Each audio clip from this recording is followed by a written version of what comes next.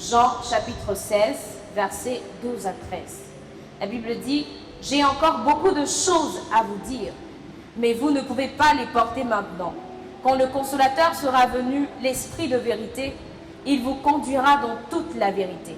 Car il ne parlera pas de lui-même, mais il dira tout ce qu'il aura entendu. Et il vous annoncera les choses à venir. » Est-ce que tu peux acclamer le Seigneur et te rasseoir? Amen. Ce matin, je dis merci à Dieu qui me donne le privilège d'être là devant vous ce matin, parce que ce n'est pas par mes propres forces, mais c'est par le Saint-Esprit. Merci à ce Dieu qui nous a précédés en ce lieu.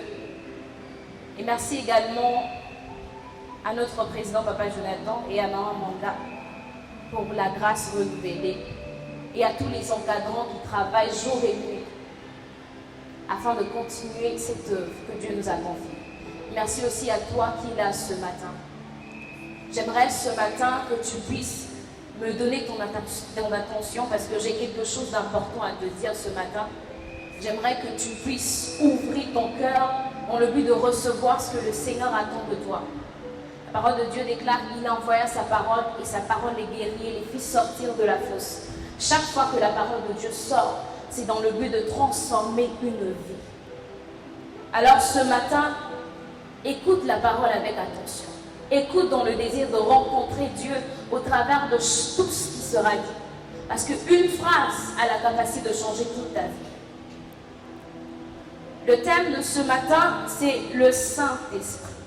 Est-ce que tu peux dire à ton voisin le Saint-Esprit? Et le sous-thème que je vais aborder ce matin, c'est développer une véritable amitié avec le Saint-Esprit.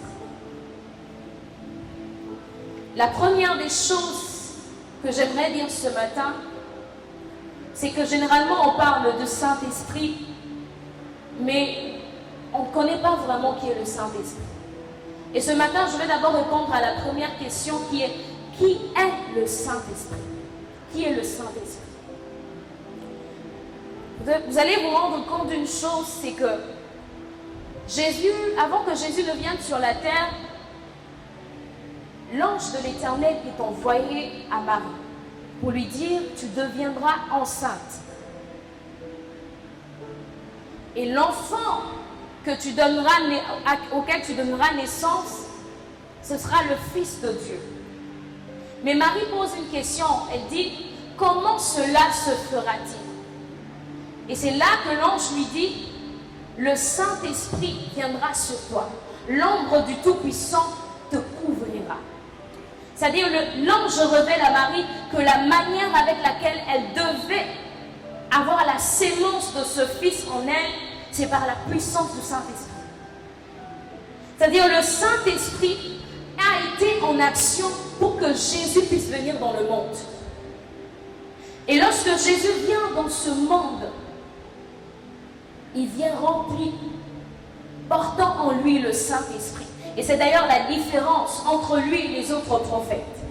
Mais ce matin, la première définition que je te donne du Saint-Esprit, c'est que le Saint-Esprit, c'est l'Esprit de Dieu.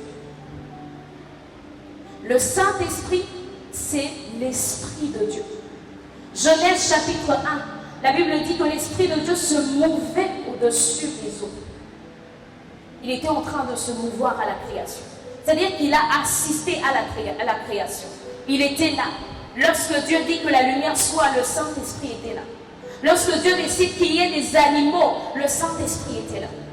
Il était là à la création. Il n'était pas de côté. Il n'était pas absent lors de la création. Il était présent. Et vous allez vous rendre compte que dans l'Ancien Testament, le mot Saint-Esprit n'est pas vraiment repris. Mais on parle de l'Esprit de l'Éternel. On parle de l'Esprit de Dieu. Et on parle aussi de l'Esprit Saint. Ce sont des termes qui sont utilisés pour parler du Saint-Esprit. On ne dit pas le Saint-Esprit, mais on parle de l'Esprit de l'Éternel. On parle du Saint-Esprit, de l'Esprit Saint, et on parle aussi de l'Esprit de Dieu.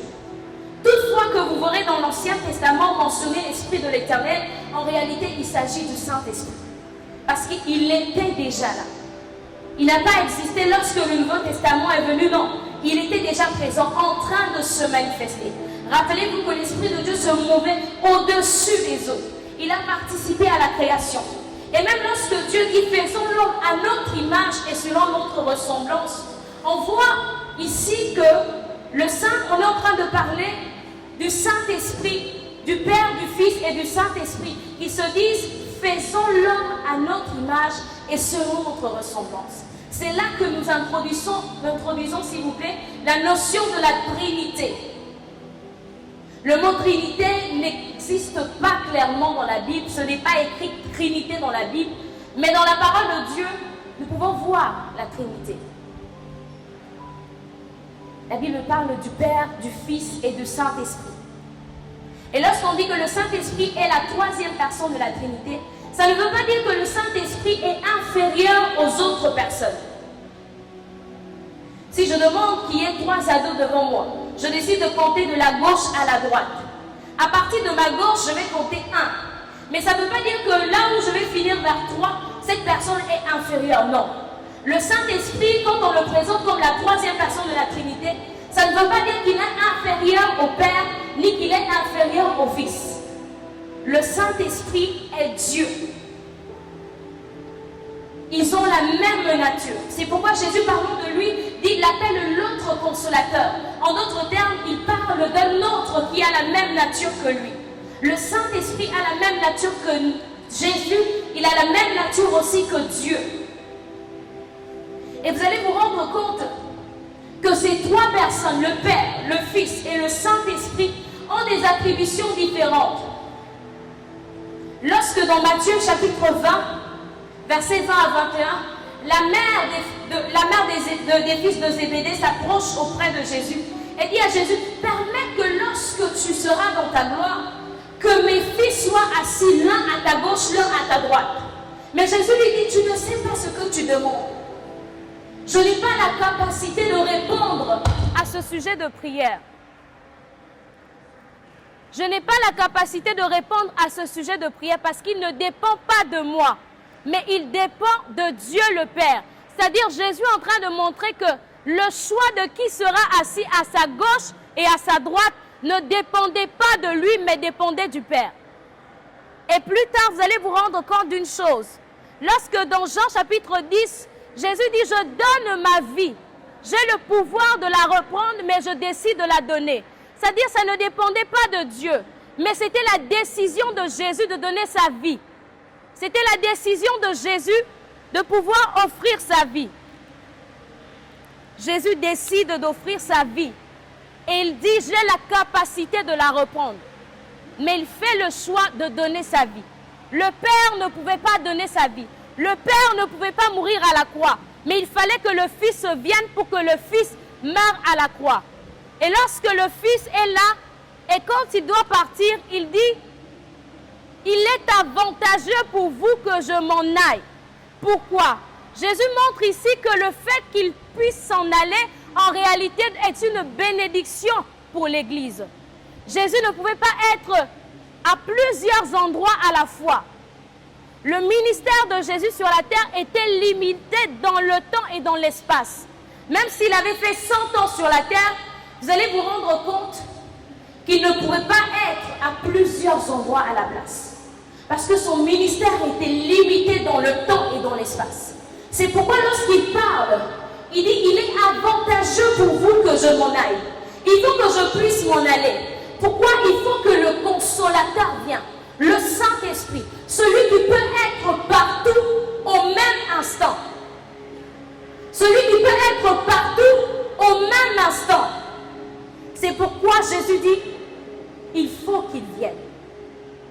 Et pour qu'il vienne, il faut que je m'en aille. Et c'est pourquoi je définis encore le Saint-Esprit ce matin comme l'auteur des Saintes Écritures. Dans le livre de 2 Timothée, chapitre 3, verset 16, la Bible dit que toute écriture est inspirée par Dieu, utile pour enseigner, corriger et instruire. Ça veut dire qu'en réalité, l'auteur des Saintes Écritures, c'est le Saint-Esprit. Les hommes ne sont que des personnes par lesquelles le Saint-Esprit s'est servi afin de souffler ce qui devait être écrit. C'est pourquoi lorsque vous lisez la parole de Dieu, vous voyez qu'il y a une concordance avec ce que les prophètes ont dit. Ils ont parlé de la même façon. Ils ont dit les mêmes choses. Ils ont prophétisé sur les choses que le Seigneur devait accomplir. Et même ceux qui ont existé avant plusieurs années, ils ont redit la même chose. Pourquoi? Il y a un seul auteur, le Saint-Esprit. L'auteur des Saintes Écritures, c'est le Saint-Esprit. Et si le Saint-Esprit est l'auteur des Saintes Écritures, ce matin, j'aimerais te dire encore que le Saint-Esprit, c'est l'Esprit de vérité. Le Saint-Esprit, c'est l'Esprit de vérité. Lorsque Jésus parle de lui, il dit l'Esprit de vérité, que le monde ne connaît pas. Ce n'est pas n'importe quel esprit, un esprit de vérité. Souvenez-vous que les Saintes Écritures disent que la lettre tue, mais que l'esprit vivifie. C'est-à-dire que la même Bible que tu tiens entre tes mains, c'est cette même Bible que les occultistes utilisent. C'est cette même Bible que la Rose-Croix utilise. Mais quelle est la différence entre toi et ces personnes? C'est le Saint-Esprit, l'Esprit de vérité. Parce que c'est lui qui prend ce que tu lis et qui te l'explique selon la pensée du Père. Il te conduit dans la vérité par rapport à ce qui est écrit. C'est pourquoi on ne lit pas la Bible comme un livre. Ce n'est pas un livre. Dans cette Bible, plusieurs se sont perdus. Mais il te faut l'Esprit de vérité. Il te faut le Saint-Esprit pour que chaque écriture que tu seras en train de lire ne soit pas juste une simple écriture, mais que ce soit un instrument de transformation pour ta vie. Le Saint-Esprit, l'Esprit de vérité. Lorsque Jésus parle à Pierre, il dit à Pierre, « Qui dit-on que je suis ?» Pierre aux autres disciples, « Qui dit-on que je suis ?» Pierre finit par répondre, il dit, « Tu es le Fils de Dieu. » Et Jésus lui dit, « Cette révélation que tu as ne te vient pas des hommes, elle te vient de mon Père. » Il faut que le Saint-Esprit te révèle qui est Dieu pour que tu puisses le connaître. De ta propre intelligence, il te sera difficile, compliqué de pouvoir comprendre Dieu, de pouvoir comprendre ce grand Dieu. Parce que ce matin, j'aimerais te faire voir que le Dieu que tu sers, c'est un Dieu tellement grand, créateur des cieux et de la terre. Et on parle du Saint-Esprit comme étant l'Esprit de Dieu. Et on dit que l'Esprit de Dieu habite en toi. C'est un mystère. C'est-à-dire, Jésus, Dieu choisit que tu sois le temple du Saint-Esprit. Le temple dans lequel il veut faire habiter sa présence, son esprit. Lorsque la Bible parle du Saint-Esprit encore, Jésus le présente comme le consolateur. Jean chapitre 14. Il dit, il est avantageux pour vous que je m'en aille. Il faut que j'aille. Pourquoi? Parce que si je ne m'en vais pas, le Saint-Esprit ne viendra pas. Et lorsqu'il parle du Saint-Esprit, il le présente comme l'autre consolateur. En grec, on parle de allos parakletos, qui veut dire l'autre consolateur. C'est-à-dire l'autre, pour dire un autre de la même nature que moi. Quelqu'un qui n'est pas différent de moi. Quelqu'un qui est de la même nature que moi. Il est du même genre que moi. En d'autres termes, quelqu'un qui est Dieu comme moi, parce que moi aussi je suis Dieu. Et parakletos veut tout simplement dire le consolateur, l'avocat, le défenseur, l'aide. Et c'est cette qualité, cette vertu qui révèle la personne du Saint-Esprit. Parce que le Saint-Esprit est une personne. Ce n'est pas une puissance, non. C'est une personne. Souvenez-vous de ce que Jésus dit. Il dit, il faut que je m'en aille pour que l'autre qui est comme moi vienne. Ah, Jésus était une personne. Il s'est manifesté dans l'humanité. Et en Jésus, nous avons vu cet avocat, ce défenseur. Nous avons vu quelqu'un qui était l'aide. Et c'est de la même manière que dans le Saint-Esprit, nous voyons l'aide. Nous voyons quelqu'un qui est là pour nous défendre. Nous voyons l'intercesseur. La Bible dit que le Saint-Esprit intercède pour nous par des soupirs inexprimables. Or, Jésus aussi intercède pour nous à la droite de Dieu le Père. Le même rôle que Jésus jouait sur cette terre, c'est le même rôle que le Saint-Esprit joue dans ta vie. Si le Saint-Esprit est notre avocat, il est notre défenseur, ça veut dire que c'est une personne. Ce n'est pas une puissance. Ce n'est pas d'abord une puissance, mais le Saint-Esprit est une personne. Et lorsque vous lisez les Saintes Écritures, la Bible dit que dans Actes chapitre 1, lorsque Jésus est en train de partir, il dit à ses disciples, il faut que vous puissiez rester. Restez à Jérusalem. Restez parce qu'il y a la promesse, ce que je vous ai promis est sur le point de venir. La promesse était le Saint-Esprit. Le Saint-Esprit qui devait venir remplir l'Église. Et la Bible dit que le Saint-Esprit survenant sur vous, et vous serez mes témoins. C'est la présence du Saint-Esprit en nous qui active la puissance. C'est la présence du Saint-Esprit en nous qui nous donne la puissance. Mais le Saint-Esprit n'est pas une puissance. Si vous prenez le Saint-Esprit comme une puissance, ne soyez pas surpris que vous ne pensez à lui que lorsque vous êtes à l'église. Le Saint-Esprit, c'est une personne. Une personne que Dieu t'a donnée le jour où tu as décidé d'ouvrir ton cœur à lui. La Bible dit que nous avons été scellés du Saint-Esprit. Le Saint-Esprit est entré en toi. Et il est la preuve que tu appartiens à Dieu. Dieu sait que seul tu es incapable. Dieu sait que seul tu es limité. Dieu sait que tu ne peux pas t'en sortir seul.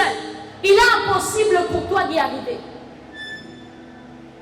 Cette vie est trop compliquée pour réussir seul. Les choses de foi sont tellement trop compliquées pour avancer seul.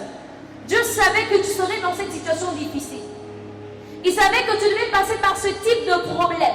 C'est pourquoi il ne t'a pas laissé seul, mais il t'a envoyé le Saint-Esprit, celui qu'on appelle le consolateur, l'aide. Et ma question pour toi ce matin, à quel moment de ta vie tu consultes cette aide? À quel moment de ta vie tu te rapproches de cette aide? Est-ce que tu te rapproches de lui que lorsque tu viens à l'église?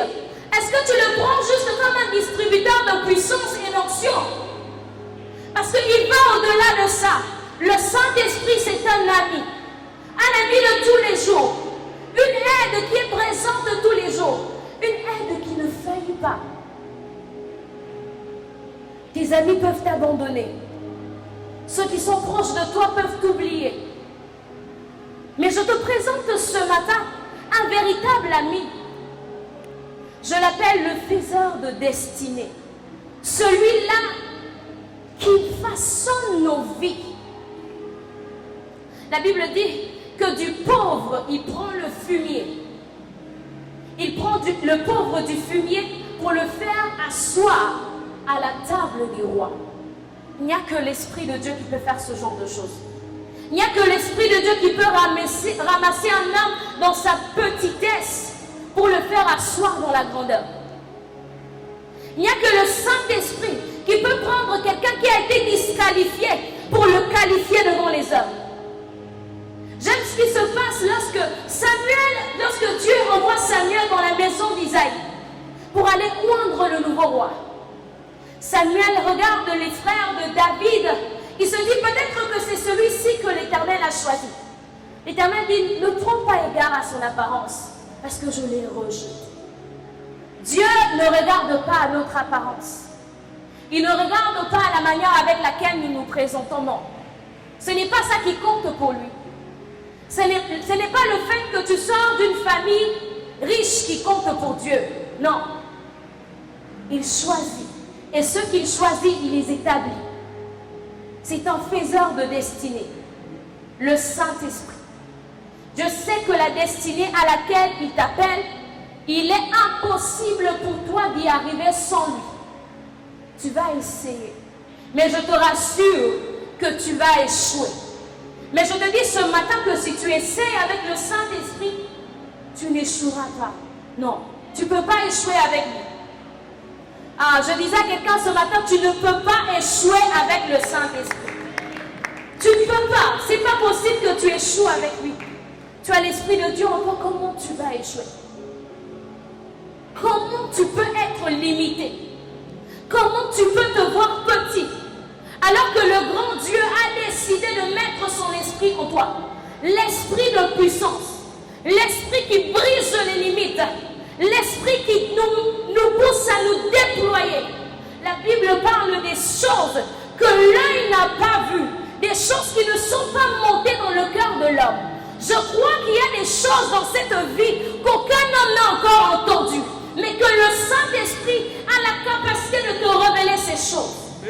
Parce que c'est ça la particularité du Saint-Esprit. Lorsqu'il vient dans ta vie, il se révèle à toi d'une manière particulière. Il te dit les choses qu'il n'a jamais dites aux autres. Pour que toi, tu deviennes un point phare, une source pour ta génération. Le Saint-Esprit. Le Saint-Esprit qui met la différence dans les hommes. On peut avoir des appels. On peut avoir des mandats. Mais c'est l'Esprit de Dieu qui met la différence sur chaque appel. C'est le Saint-Esprit. Le Saint-Esprit. Et ce matin, le Saint-Esprit veut être ton ami. Le Saint-Esprit, ce matin, veut te rencontrer. Mais pour qu'il puisse devenir ton ami, ce matin, j'aimerais te dire la première des choses. Tu dois renoncer à toi-même. On ne peut pas être ami avec le Saint-Esprit si on ne renonce pas à soi-même. C'est impossible. La Bible dit que vous ne pouvez pas servir 2 maîtres à la fois. Tu ne peux pas, en même temps, aimer les choses de Dieu. Et d'un autre côté, tu aimes les choses de la chair. C'est-à-dire, quand tu viens à l'église, tu es tellement concentré dans la présence de Dieu. Tu vibres en onction. Tu vibres en langue. Mais lorsque tu sors de l'église, tu as une vie qui ne reflète pas sa présence. Non, tu ne peux pas être ami avec lui de cette manière. Lui, il veut que tu renonces à tout ce que tu es et que tu décides de dépendre de lui. Il veut que tu puisses mourir à toi-même. Parce que des fois, tu es trop intelligent à tes yeux. Tu établis tout ce que tu dois faire. Tu programmes tout ce que tu dois faire. La manière avec laquelle tu dois vivre ta vie. Même les projets que tu es censé faire. Tu établis tout. Et des fois, sans même consulter le Saint-Esprit.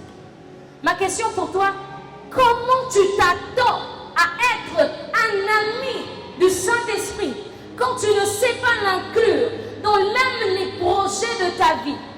Et ce qui est même encore plus choquant, c'est que même à tes amis qui sont proches de toi, tu en parles. Mais quand il s'agit de lui, tu ne fais que prier, accompagne-moi sans savoir ce qu'il pense de ce que tu as envie de faire. Comment il peut être ton ami si tu ne penses pas à sa volonté pour toi? Sa mission, ce n'est pas de t'imposer les choses qui te seront difficiles, non. Jésus dit, prenez mon joug sur vous parce que mon joug, il est doux et léger. Le joug de Dieu n'est jamais pesant. Le joug de Dieu est doux et il est léger. Il y a plus de gloire à marcher dans la crainte de Dieu que de marcher selon le siècle présent. Plus de gloire. Plus de gloire à servir le Seigneur que de marcher selon sa volonté. La deuxième chose ce matin que j'aimerais te dire, c'est qu'il faut que tu t'engages à écouter le Saint-Esprit. Tu ne peux pas être son ami si tu ne l'écoutes pas. C'est impossible. Il faut que tu l'écoutes. C'est un engagement que tu dois prendre. Vous savez, c'est une erreur de penser que le fait de venir à l'église chaque dimanche, c'est ça qui te fait croître dans le spirituel. C'est une erreur. La seule croissance dans la vie qui ne demande pas ton autorisation, c'est la croissance physique. C'est-à-dire que tu le veuilles ou pas, chaque jour, chaque année qui s'ajoute à ta vie, tu deviens de plus en plus vieux. Ça ne dépend pas de ton vouloir. Mais quant à la croissance spirituelle, c'est un engagement. Tant que tu ne t'engages pas à croître spirituellement, tu ne vas pas grandir. Et c'est dans la marche avec le Saint-Esprit chaque jour que tu seras en train de t'engager à te dire, je veux me discipliner. Je veux connaître Dieu davantage. Oui. Parce que si tu ne veux pas connaître Dieu, tu ne le connaîtras jamais. Tu viendras à l'église. Tu vas voir comment les gens tombent, les gens sont remplis, les gens prêchent. Mais tu seras toujours comme éloigné. Tu vas voir ce que les autres font et tu vas te dire, je ne suis pas capable de faire ça. Moi, je ne suis pas appelé par Dieu. Or, nous sommes tous appelés par Dieu. Le Saint-Esprit vient avec des capacités surnaturelles. Il vient te remplir de force. Même dans tes études, il est là. Ce n'est pas seulement, il ne se manifeste pas seulement que pour ceux qui veulent prêcher, non. Même dans les études, il se manifeste. Dans tes projets personnels, il se manifeste. Je prie que tu expérimentes le Saint-Esprit dans tes études. Je prie que tu expérimentes le Saint-Esprit dans tes études. Je me rappelle la dernière année lorsque je devais défendre mon mémoire. C'était tellement, il y avait tellement de choses à étudier. J'ai dit à Dieu, moi, je veux l'assistance du Saint-Esprit. Et chaque jury devant lequel je suis passée, bizarrement, toutes les questions qu'on posait, je les connaissais. Et c'était comme si c'était des questions tellement élémentaires. Et c'est comme si le groupe de personnes avec qui j'étais, c'est comme si Dieu avait bloqué leur intelligence pour ne pas répondre à ces questions-là. Des questions de foi qui étaient tellement simples. Et j'ai vu la main de Dieu. Le Saint-Esprit peut également t'accorder la distinction que tu veux. Oui, le Saint-Esprit est capable. Le Saint-Esprit est capable de mettre en toi un projet qui va révolutionner toute ta génération. Oui, c'est ça le Saint-Esprit. Ce n'est pas seulement la puissance. Ce n'est pas seulement déployer les capacités prophétisées. Non. C'est aide que tu as besoin à chaque instant de ta vie. C'est cette personne dont tu as besoin à chaque étape qui va te dire quoi faire, comment faire. Le Saint-Esprit. Et ce matin, ma question pour toi, est-ce que tu soupires ce matin? Est-ce que tu veux être ami avec le Saint-Esprit?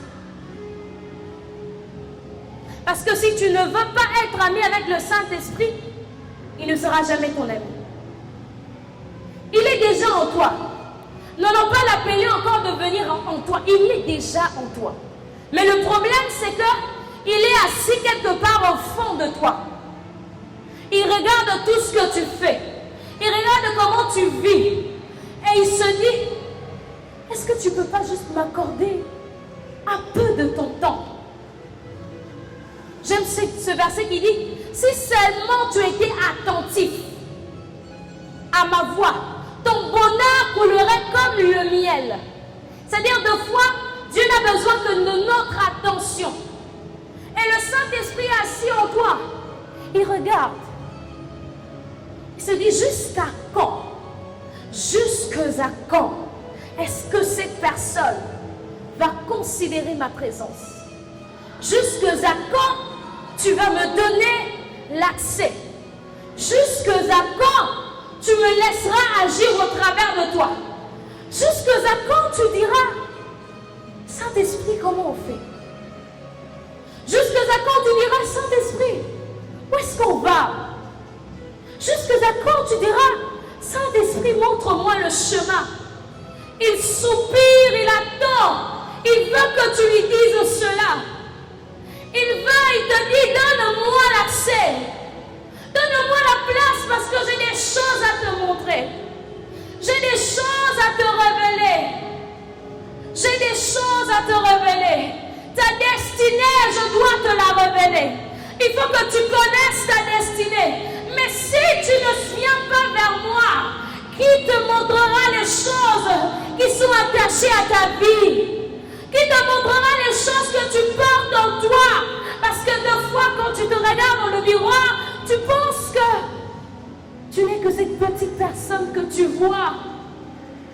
Mais tu ne réalises pas qu'en toi se cachent les trésors de Dieu. Et le Saint-Esprit te dit ce matin, ouvre-moi la porte de ton cœur. C'est vrai que je suis dans ta vie, mais j'ai besoin que tu puisses faire de moi le trésor de ton cœur. Parce que si je deviens le trésor de ton cœur, tu feras attention à moi à chaque instant de ta vie. Et c'est ce que le Saint-Esprit de Dieu te dit ce matin. Est-ce que tu peux faire de moi le trésor de ta vie? Est-ce que tu peux faire de moi l'ami de ta vie ce matin? Est-ce que tu peux faire de moi celui qui marche avec toi? Est-ce que tu peux faire de moi ce confident? Parce que si tu veux, ce matin il te dit, je suis disposé. Je suis déjà disposé. Mais le souci, est-ce que toi tu es disposé? Est-ce que toi tu le veux? Est-ce que toi tu veux être cet ami?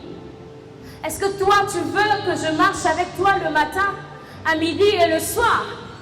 Est-ce que tu veux que je devienne ce meilleur pote, cette bestie pour toi? Parce que oui, il peut devenir. Mais tout dépend de la position que tu lui donnes dans ta vie. Le Saint-Esprit. Le Saint-Esprit. Le Saint-Esprit. Le meilleur ami. Le meilleur confident. Et vous savez, le Saint-Esprit, c'est la meilleure aide que vous pouvez avoir sur cette terre. C'est celui qui vous comprend, même lorsque les autres ne vous comprennent pas. C'est celui qui peut porter ton fardeau, même comme les autres, quand les autres ne peuvent pas porter ton fardeau. C'est celui qui sait voir l'intérieur de ton cœur, celui qui connaît tes peines, c'est le Saint-Esprit. Le Saint-Esprit connaît chacune de tes peines. Il connaît ce qui te fait pleurer dans la nuit. Il connaît ce que quand tu vois, ça te fait couler des larmes. Il le sait. Il connaît ce qui trouble ton cœur. Lorsque les autres te voient en dehors, ils ne savent peut-être pas que la nuit tu as pleuré. Mais le Saint-Esprit, il le sait. Parce qu'il est en toi à chaque moment. Il est en toi en chaque instant de ta vie, il est là. Il voit tes pleurs. Il voit tes soupirs. Il voit ce que les autres ne peuvent pas voir lorsqu'ils te regardent. Il voit comment tu te sens petit de foi. Et il te dit juste, donne-moi l'accès. Donne-moi l'accès parce que je vais changer cette perception. Je veux changer les choses. Car l'Esprit de Dieu, c'est celui en nous qui multiplie les capacités. C'est celui qui produit l'assurance. Il voit la faible estime que tu as de ta personne. Il voit comment tu te sens rejeté partout. Et tout ce qu'il veut, c'est que tu ouvres la porte et que tu lui donnes accès. Il veut faire de toi une personne confiante. Une personne remplie d'assurance. Parce que oui, le Saint-Esprit remplit d'assurance. La Bible dit, ce n'est ni par force, ce n'est ni par puissance, mais c'est par le Saint-Esprit. C'est par le Saint-Esprit.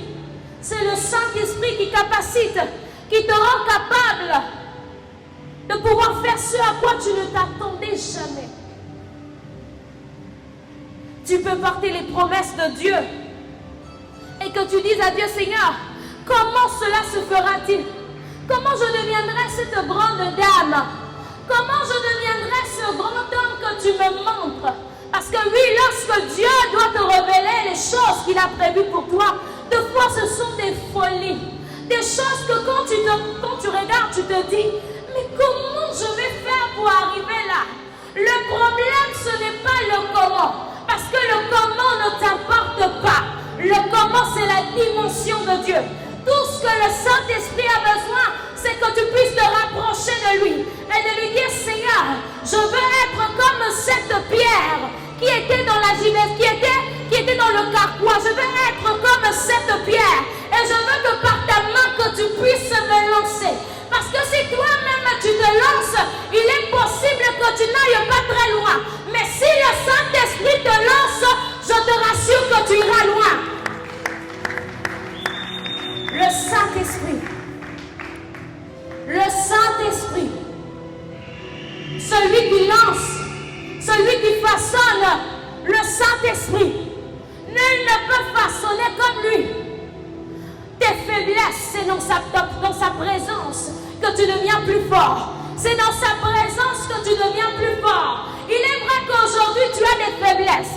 Et lorsque tu regardes ces faiblesses, tu te dis, comment je peux accomplir cette destinée avec les faiblesses que j'ai? Je t'informe ce matin, tes faiblesses ne sont pas le problème. Le problème, c'est d'être dans sa présence. C'est d'être dans sa présence, parce que c'est dans sa présence que tu bâtis tes capacités. C'est dans sa présence que tu deviens plus fort. C'est dans ta présence que tu deviens un géant dans sa présence. Tu ne peux pas devenir fort en dehors de sa présence. Tu ne peux pas accomplir ses destinées en dehors de lui. Même s'il t'a révélé ce pourquoi il t'a appelé, ça ne s'arrête pas là, ça continue. Parce que d'étape après étape, tu as besoin d'écouter ses directives. Tu as besoin de marcher avec lui. La Bible dit, vous voyez comment Dieu a oint du Saint-Esprit et de force Jésus-Christ de Nazareth, qui allait de lieu en lieu. De lieu en lieu, parce qu'il était oint. Lorsque Jésus va commencer le ministère, il va au Jourdain pour être baptisé par Jean-Baptiste. Et lorsqu'il est baptisé, la Bible dit que les cieux se sont ouverts. Et le Saint-Esprit est descendu sur Jésus. Il a été rempli du Saint-Esprit. Et quand il est rempli du Saint-Esprit, c'est comme ça qu'il commence sa mission. Il ne peut pas commencer sans être rempli. Il faut que le Saint-Esprit le remplisse pour qu'il commence la mission. Le Saint-Esprit doit le remplir pour qu'il commence cette mission. Et j'aimerais te dire ce matin, tu as besoin que le Saint-Esprit te remplisse pour la mission à laquelle il t'a appelé. Tu as besoin que le Saint-Esprit te remplisse pour que tu fasses ce qu'il attend de toi. Tu as besoin que le Saint-Esprit te remplisse pour que tu sois cette solution pour ta génération. Tu as besoin que le Saint-Esprit te remplisse. Si le Saint-Esprit ne te remplit pas, tu ne pourras pas. La Bible dit que nous n'avons pas à lutter contre la chair et le sang. Dans ce monde, notre lutte n'est pas contre la chair et le sang, mais contre les principautés, contre les esprits méchants dans les lieux célestes. Il y a des esprits qui sont là juste pour t'empêcher de devenir ce à quoi Dieu t'appelle. Il y a des esprits qui sont là juste pour te freiner. Maintenant, ce combat est spirituel. Et ce matin, je t'ai présenté un allié redoutable dans ce combat, le Saint-Esprit. Et il faut ce matin que tu sois rempli de sa présence. Il faut que tu sois rempli de sa présence. Nous avons besoin de cette dimension. Il faut que le Saint-Esprit te remplisse. Il faut que le Saint-Esprit te remplisse. Parce que lorsqu'il te remplit, tu es capacité. Le jour de la Pentecôte, alors qu'ils étaient assis, la Bible dit qu'il y a un bruit. Il y a un bruit. C'était un bruit semblable à un vent impétueux. Et le Saint-Esprit est descendu. Le Saint-Esprit a rempli ceux qui se tenaient dans la chambre haute. Et ils se sont mis à parler en d'autres langues. Le Saint-Esprit. Et un homme comme Pierre, qui n'avait pas la capacité de pouvoir parler, il a renié Jésus 3 fois. Il a dit, je ne le connais pas. Mais ce même homme est capable de prêcher devant plus de 3000 personnes. Le Saint-Esprit, celui qui capacite des destinées. Et ce matin, ma prière pour toi, c'est que le Saint-Esprit te remplisse. Nous allons aussi acclamer le Seigneur pour la servante de l'Éternel, la sœur Jessica, à qui nous prions de se lever, s'il vous plaît. Acclamez le Seigneur pour la grâce que le Saint-Esprit a mis en elle, parce qu'elle nous a parlé de la part de Dieu, et nous bénissons le Seigneur pour cela. Vous savez, ce n'est pas facile de se tenir ici et de prêcher.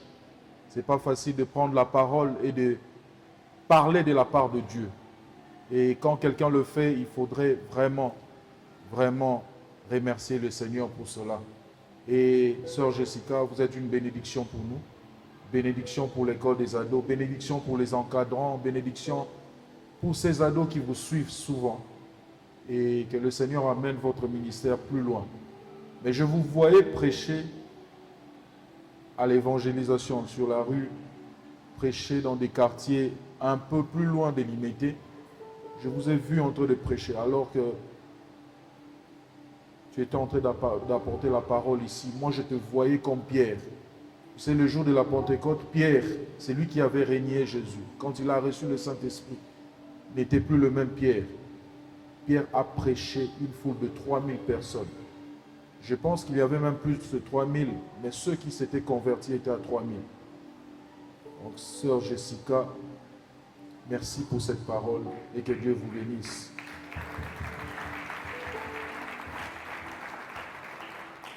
Et toi qui as écouté la parole cet après-midi, je voudrais te dire que le Saint-Esprit n'est pas réservé aux pasteurs. Le Saint-Esprit n'est pas réservé à ceux qui viennent prêcher ici. Le Saint-Esprit n'est pas réservé aux choristes, aux modérateurs. Le Saint-Esprit est disponible pour tout le monde. C'est un ami pour tous. Un ami que tu dois avoir. Un ami avec qui il faut passer du temps. Un ami qui te révèle des pensées de Dieu. Un ami qui t'emmène à comprendre. Alors que tu scrolles sur ton téléphone, tu passes du temps devant ton téléphone, sur TikTok, sur Facebook ou sur Snapchat. Tu crées en toi, tu suscites en toi et tu développes en toi la dopamine. La dopamine te pousse encore à scroller. La dopamine te retient sur ton téléphone. Mais je te prie aujourd'hui de remplacer la dopamine par le Saint-Esprit. Il te donne le meilleur contenu. Le contenu que Facebook ne peut pas te donner. Le contenu que TikTok ne peut pas te donner.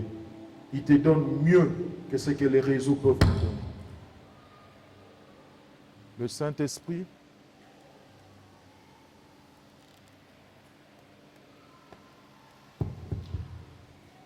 le Saint-Esprit est celui qu'il faut avoir. Sans le Saint-Esprit, nous ne savons même pas reconnaître notre identité. Parce que c'est le Saint-Esprit qui sait mettre en toi cette conviction que tu es enfant de Dieu. Est-ce que quelqu'un peut dire à son voisin, je veux le Saint-Esprit? Regarde ton voisin, dis à ton voisin, je veux le Saint-Esprit. Je veux le Saint-Esprit. Non, dis-le bien, je veux le Saint-Esprit. Nous avons encore quelques communiqués. Je pense que tout a été dit, mais nous allons quand même rajouter quelques communiqués. Le dimanche prochain, c'est le dimanche 24. Nous avons nos cultes habituels le matin.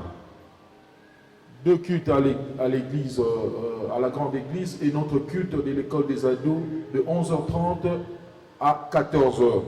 Et le soir, nous aurons un culte, parce que c'est la semaine de Pentecôte, nous aurons un culte de clôture de 16h à 19h30 avec le pasteur Marcel Kwamenan. Dimanche 31 mai, nous allons clôturer le mois à la grande église. Donc ce mois-ci, nous allons le clôturer à la grande église avec les autres. Nous n'aurons pas école des ados ici, mais nous allons clôturer le mois avec notre papa à la grande église. Et si vous savez, les différents événements qui se passent à l'école des ados, nous avons Galados, nous avons quoi encore? Et il reste quoi? Et Rados se tiendra, je vous annonce, cette retraite qui se tiendra du 19 au 23 juillet. Et nous devons déjà nous préparer par rapport à ça. Et comme l'année passée, nous nous sommes préparés pour assister à Rados, cette année aussi, nous invitons à vous préparer et le montant de participation est de $30. Alors préparez-vous bien, vous avez le mois de mai qui continue encore, le mois de juin et une grande partie du mois de juillet, parce que ça commence le 19. Alors si tu peux commencer à verser petit à petit ta contribution auprès des encadrants. Et s'il vous plaît, ne venez pas en retard. Faites-vous enregistrer avant pour que nous puissions clôturer aussi la liste avant. Parce que nous avons besoin de connaître la liste bien avant pour confirmer avec le centre qui va nous recevoir. Et ça sera le centre Cérémonte à la télé. Je ne sais pas s'il y a de ceux qui connaissent, mais cette fois-ci, nous serons à la télé. La retraite de la fois passée, nous avons quand même dérangé le voisin, c'était à Lubin. Et nous ne pouvions pas vraiment nous relâcher, nous lâcher, comme il se doit. Mais cette fois-ci, il n'y aura pas de voisin. Le centre que nous avons choisi est un centre qui n'a pas de voisin. Et nous serons seuls là-bas. Et nous vous prions vraiment, ne ratez pas cette fois-ci. Rados sera un rados de rencontre avec le Saint-Esprit. Nous allons nous lever pour la prière et clôturer ce culte.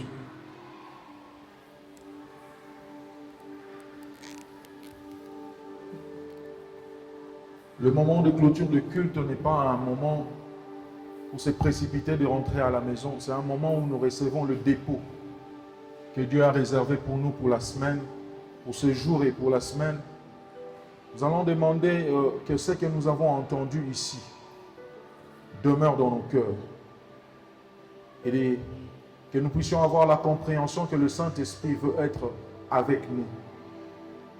Non seulement pour révéler notre identité, mais pour nous convaincre aussi de certaines fautes, de certains péchés, des routes que nous ne devons pas prendre, des choses que nous ne devons pas faire. Mais au-delà du fait de convaincre aussi, il nous rassure une chose. Par la consolation qu'il nous amène, il est celui qui vient nous montrer que nous ne sommes pas seuls. Plusieurs souffrent de problèmes de solitude, de rejet, de manque d'acceptation.